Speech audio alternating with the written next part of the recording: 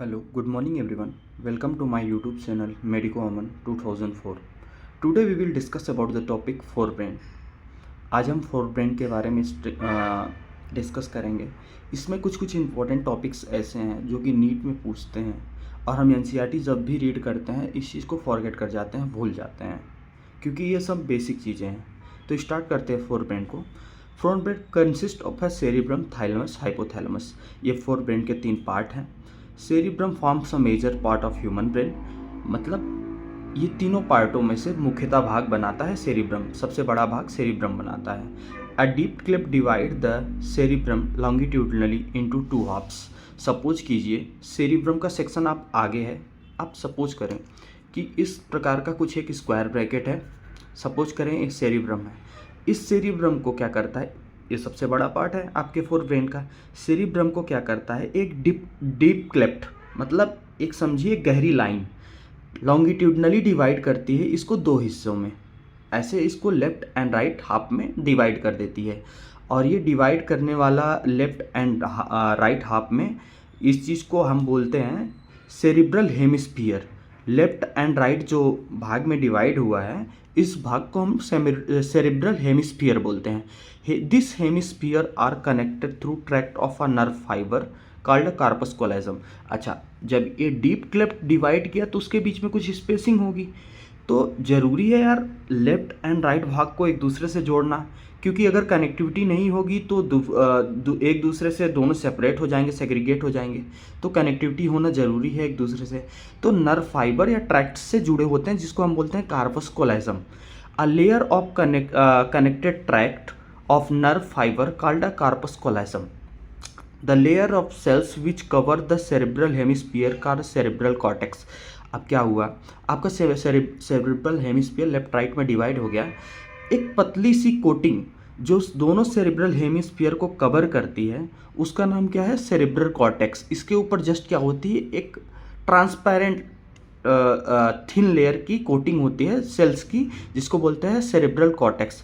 And is throne into prominent fold. Prominent fold का मतलब आप ये ब्रेन में जो देख रहे हैं ना, ऊपर नीचे ये जो फोल्डिंग स्ट्रक्चर है, इसी को बता रहा है कि प्रोमिनेंट फोल्ड की तरह ये कोटिंग करता है। Cerebral cortex is referred to as a grey matter due to greyish appearance. बाहर की तरफ जो हम देखते हैं सेरेब्रल कॉर्टेक्स का, तो ग्रेइश अपीयरेंस होता है क्योंकि वहाँ पे नॉन माइलिनेटेड नर्व फाइबर्स का कंसंट्रेशन ज़्यादा होता है। और जब आप अंदर की तरफ देखते हो तो वहाँ माइलिनेटेड नर्व फाइबर का कंसंट्रेशन ज़्यादा होने की वजह से वाइटिश अपीयरेंस आता है। इसका मतलब आप क्या समझे, जहाँ पर आपका माइलिनेटेड नर्व फाइबर रहेगा और माइलिन शीथ की वजह से वाइटिश अपीयरेंस उसका होगा। यही यहाँ पे लिखा है, grey matter due to greyish appearance. The neuron cell body concentrated here giving the cerebral cortex contain a motor area and. अब देखिए सेरिब्रल कॉर्टेक्स क्या था, जो सेरिब्रल हेमिस्फीयर को कवर किया हुआ था। अब इस सेरिब्रल कॉर्टेक्स में बताया जा रहा है कि 3 एरियाज होते हैं, एक मोटर एरिया, सेंसरी एरिया, और दूसरा ना तो मोटर में आता है ना तो सेंसरी में आता है। किस हिसाब से, फंक्शन के हिसाब से।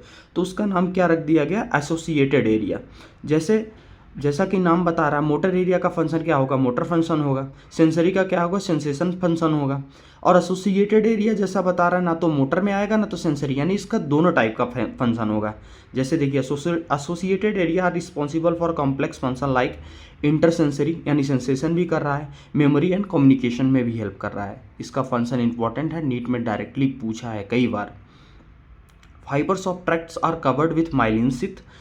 फाइबर्स जो होते हैं, फाइबर्स के ट्रैक्ट जो होते हैं किससे कवर होते हैं, माइलिन शीथ से। Axon area mostly, which consist of inner part of cerebral hemisphere. जैसा कि बताया सेरिब्रल हेमिस्फीयर का इनर पार्ट कैसा था, वाइटिश अपीयरेंस था। क्यों, क्योंकि वहाँ मैक्सिमम माइलिनेटेड नर्व फाइबर्स थे। They give an opaque whitish appearance of a layer, hence called a white matter, जैसे कि आपको मैंने बताया। The cerebrum wraps around the structure called a thalamus. अब क्या होता है, सेरिब्रम का स्ट्रक्चर देखोगे ना दोस्त, सेरिब्रम ये है, सेरिब्रम क्या हुआ है, थैलेमस के अराउंड रैप हुआ है, देख रहे हो, रैप किया हुआ है, अंदर की तरफ थैलेमस है। तो यही इस चीज़ को बताता है cerebral Hemis. They give appearance white appearance. The structure of thalamus which method coordination centre of sensory and motor signal. Thalamus का काम क्या है, सेंसरी एंड मोटर सिग्नलिंग के लिए इसका इंपॉर्टेंट फंक्शन होता है। पूछा है नीट में, याद रखिएगा। Another very important part of the brain is hypothalamus. अब दूसरा इंपॉर्टेंट पार्ट क्या है, हाइपोथैलेमस है। Hypothalamus lie at the base of thalamus, thalamus के जस्ट बेस पे लाई करता है। आपको स्ट्रक्चर जैसे कि यहाँ देखने को मिल सकता है कि जस्ट उसके बेस पे लाई कर रहा है, lie at the base of the thalamus. Hypothalamus contain the number of centre which control the body temperature, urge, eating, drinking, ये सब एक्टिविटी हाइपोथैलेमस कंट्रोल करता है। It also control several group of neuro secretory cells, जैसा कि पीछे आपने पढ़ा है कि न्यूरो सिक्रेटरी सेल्स होती हैं जो कि सिक्रीशन करती हैं इसके पास, which secrete hormones called hypothalamic hormones, inner part of cerebral hemisphere and group of associated deep structure like amygdala and hippocampus. देखो, अमाइगडेला हिप्पोकैम्पस हाइपोथैलेमस के साथ मिलकर लिम्बिक सिस्टम का निर्माण करता है। अब लिम्बिक सिस्टम होता क्या है, लिम्बिक सिस्टम क्या होता है, कुछ इमोशनल स्टेटस को हाइपोथैलेमस के साथ मिलके ये तीनों का कॉम्बिनेशन होके लिम्बिक सिस्टम बनाता है, और लिम्बिक सिस्टम कुछ इमोशनल एंड सेक्सुअल बिहेवियर को कंट्रोल करता है, जो कि यहाँ पर दिया है, excitement, pleasure, rage, fear and emotion. Thank you so much for watching video. I hope you understand.